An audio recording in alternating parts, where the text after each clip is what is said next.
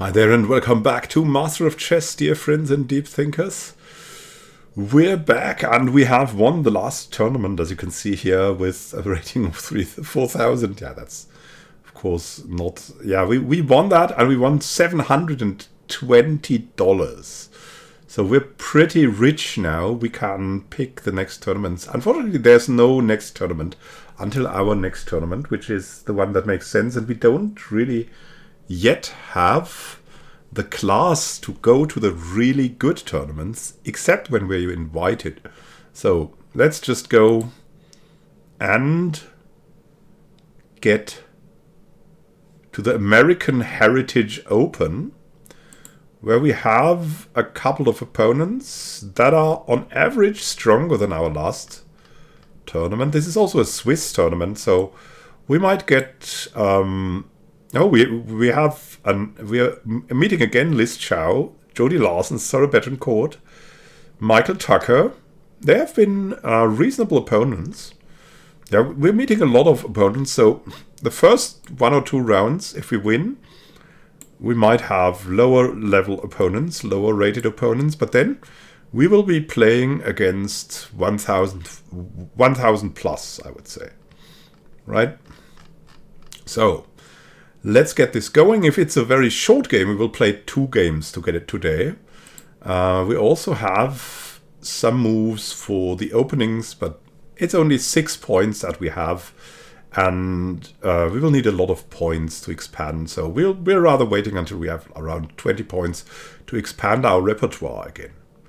So we're up against Steve Higgins, 710. I don't think we have been playing against him. So this might be the first time we have the white pieces.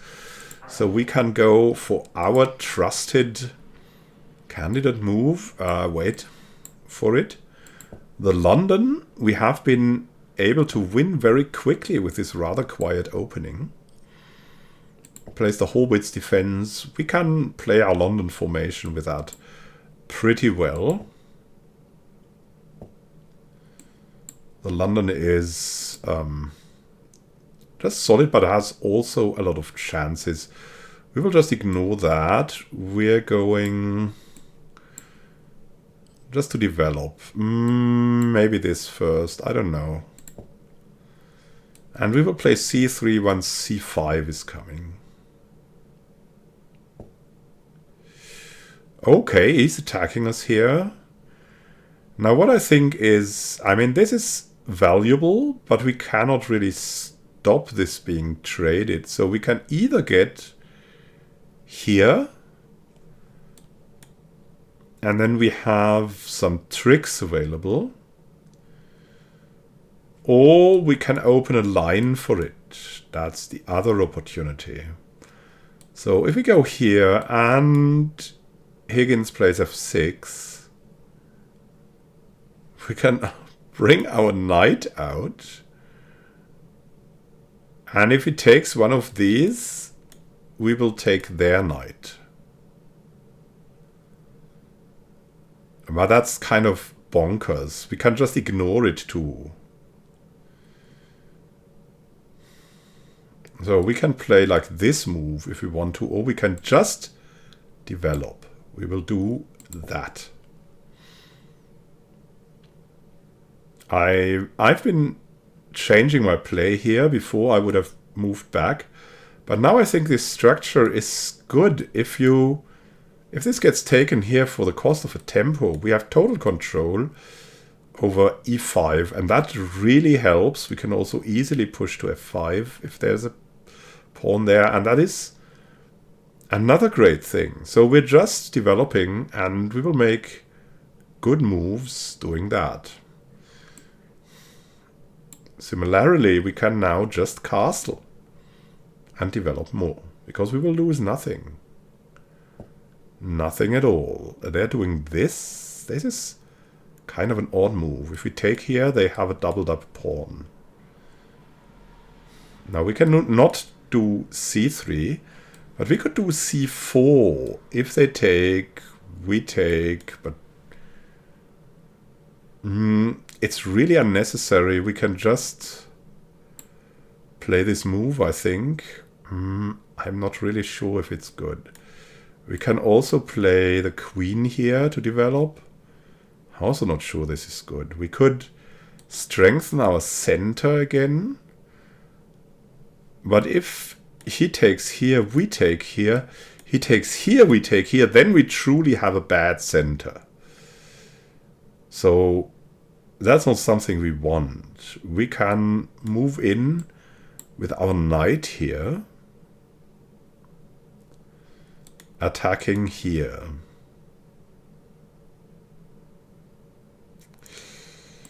I want to take here somehow. I think this is kind of cool. And now we want to connect and attack this with a possible check. And now he takes here. We can theoretically take here with check, then take here and threaten to take the rook. I think we should be able to do that. But they can move then here and just get out, so I think this is still the best move. And we keep our threat here.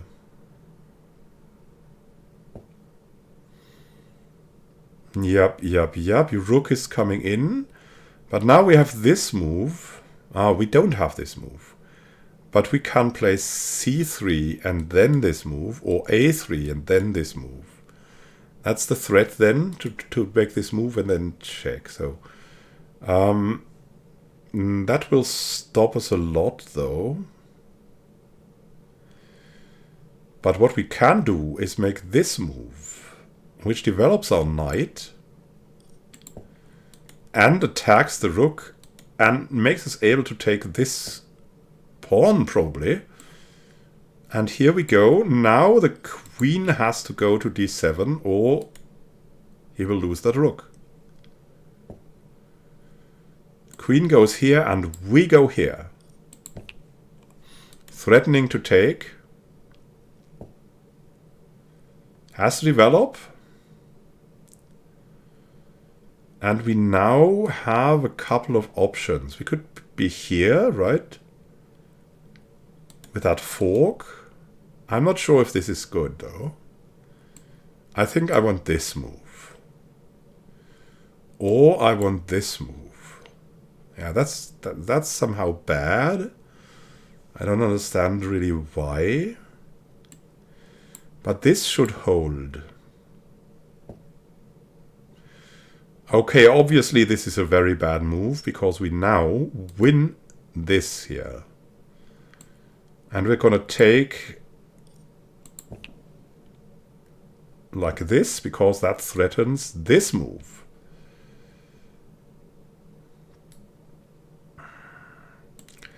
We have this move, which is a check. Then they can bring the bishop in between.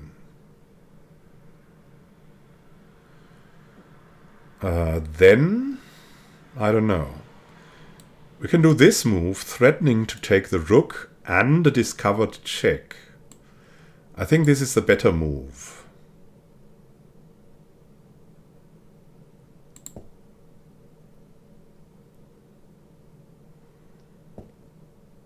Okay. But now we should be able to do something with that. Like this is a check. What do you answer to that?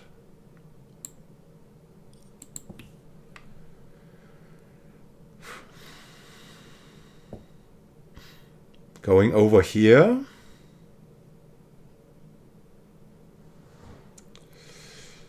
Now we can take here or we can check.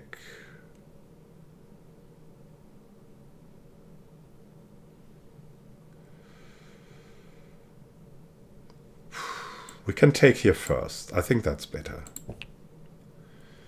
Because this doesn't really help us anything. He'll just move in between with the queen and that's it.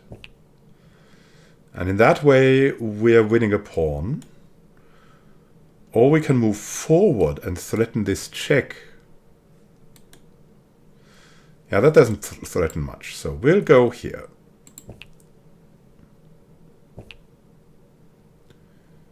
Queen takes. And that seems risky, but it also seems kind of it's okay somehow. Okay. Let me see. Let's just move forward. Now this gets a bit, yeah, I mean, he's protecting here.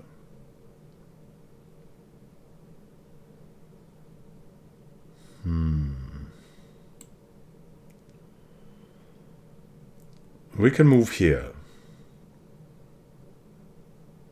No, then we'll lose this pawn. We can check. Not that great. Okay, just keep the pawn.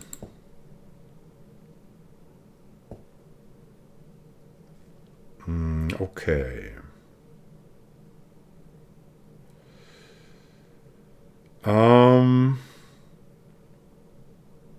Now we have all kinds of couple of checks, but really the thing that matters is that we have a pawn on the A file.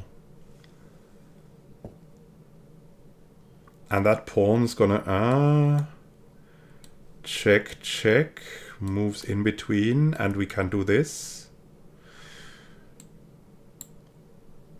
I think this is best now.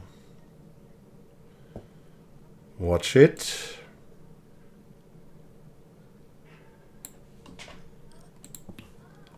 Now he has to move in between.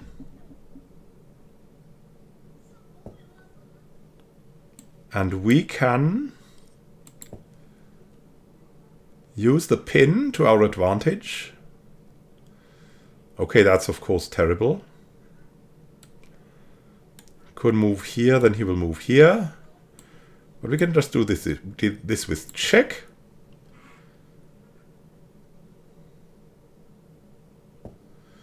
He moves over here and we can take on c7.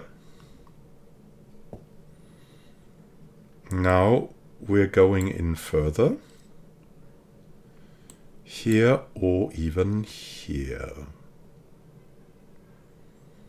I don't know why this should be bad.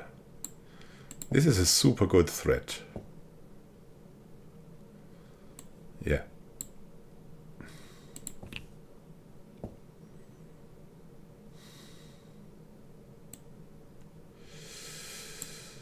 Double attack on 2 pawns.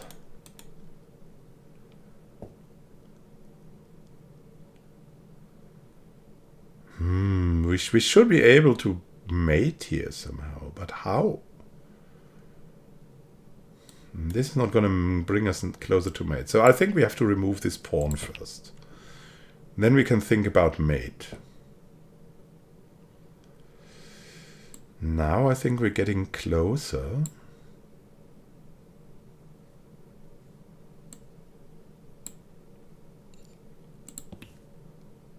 This is not a bad move.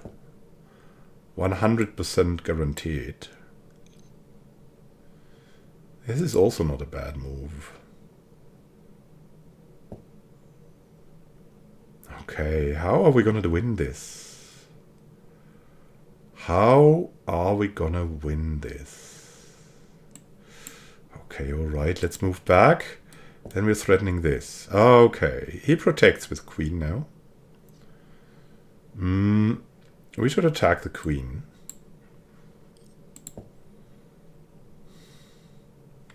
He has to go here. Yes. Now I don't really know. I think we need some reinforcements. It's not enough what we have. So we'll move forward with our pawn.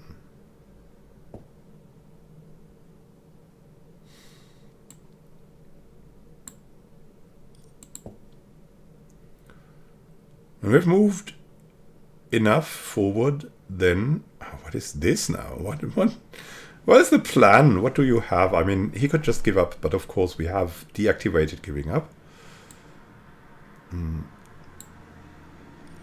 Because the game sometimes gives up in positions that are not really that great. Okay. So take here, we take here.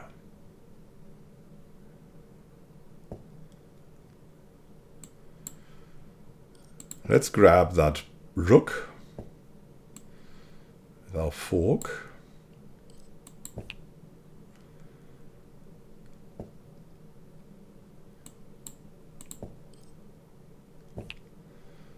Now we should be close to mate.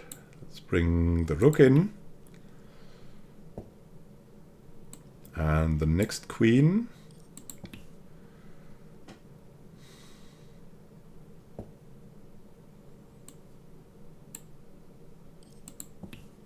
And we have a checkmate.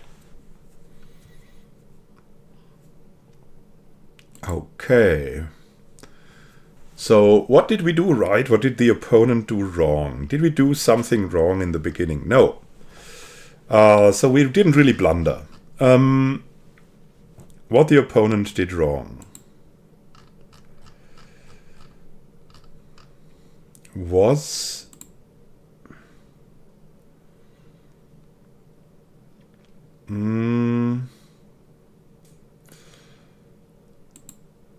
like a6 is still tolerable, I think. As you can see, computer kind of likes it or tolerates it at least, but it's not, it's kind of losing time.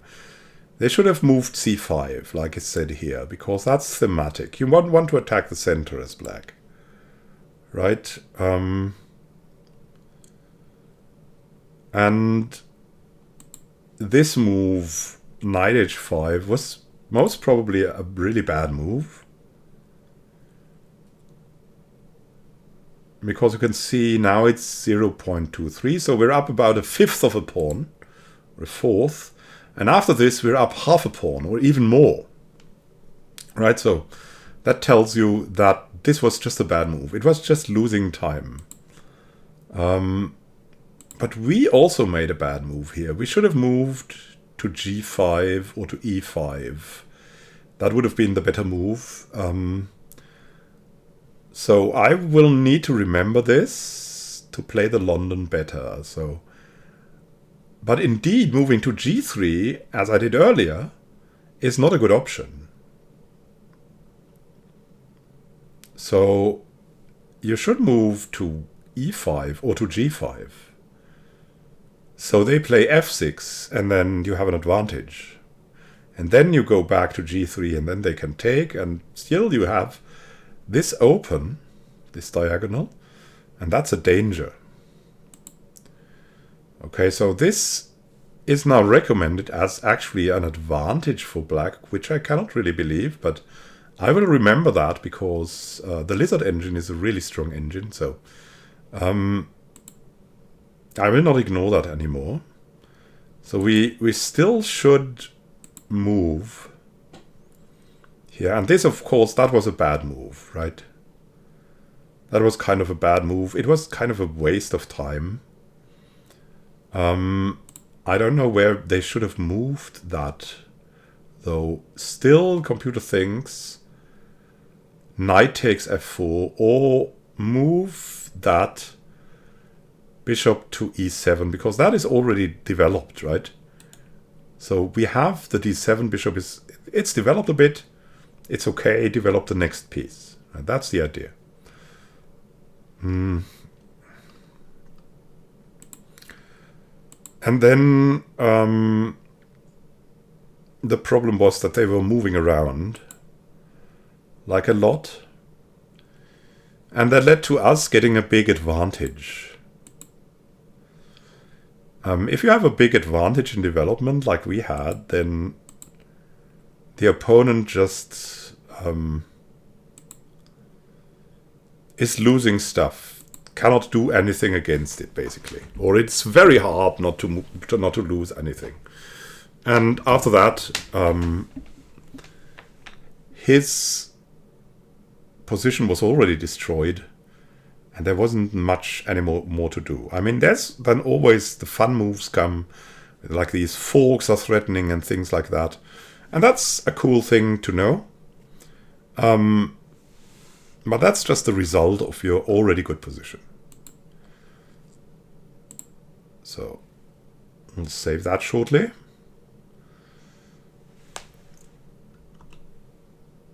And yeah, so this wasn't as short as I thought. So I'll just hurry and open the next one. From the American Heritage Open, we'll have a next episode. That is a little bit shorter maybe. So first round against Steve Higgins. Next round, we will have a stronger opponent. This was already pretty nice, and we could see what to play and what not to play. So have a great time until then. Happy gaming. See you soon. Have a great time until then. Happy gaming.